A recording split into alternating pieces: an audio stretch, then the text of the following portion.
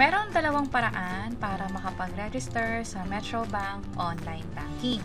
Kung meron na kayong ATM card or credit card, maganda na mag-register na rin kayo sa website nila or sa mobile app para nga naman magamit nyo yung iba't ibang mga bank transaction na available online. Katulad ng kapadala ng pera, pwedeng sa ibang wallet or ibang bank or kahit sa ibang Metro Bank account pa yan.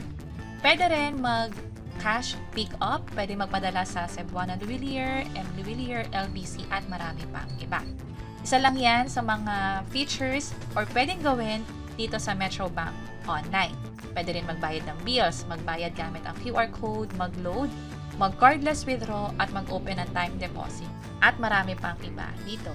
So ano yung dalawang paraan para makapag-sign up online? Unang-una yung sa website nila, which is pupunta ka muna sa website ng Metro Bank, that's metrobank.com.ph. Dito sa login, i-click lang tong Metro Bank online. At mula dito, pwede ka na ngang mag-sign up. Ito yung mga kailangan mong i-provide na information. Kailangan mo mag-set up ng username at password, maging yung mga detalye tungkol sa'yo at bank account details. Katulad ng nasabi natin kanina, pwedeng ATM card or deposit account, i-provide lang dito yung account number, which is makikita sa ilalim ng pangalan mo kung meron kang ATM card. Pero kung ang meron naman sa'yo ay yung credit card, ang dapat na i-provide ay yung credit card number, which is, eto naman yon yung 16-digit card number. At yung ibang detalye dito ay ilalagay din dito sa form. Ito yung sa website na version kung saan mag-create ka na rin ng passcode at i-confirm mo yung detalye mo hanggang sa i-verify mo to gamit yung email address at cellphone mo lang.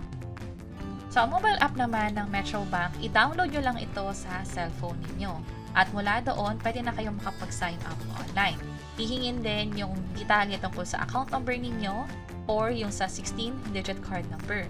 Katulad ng sa website, kailangan din i-provide yung mobile number or cellphone number at email address, maging yung detalye tungkol sa'yo. Yung complete name mo, mag-setup din ng nickname, at mag-create ka rin ng sariling username at password, maging passcode.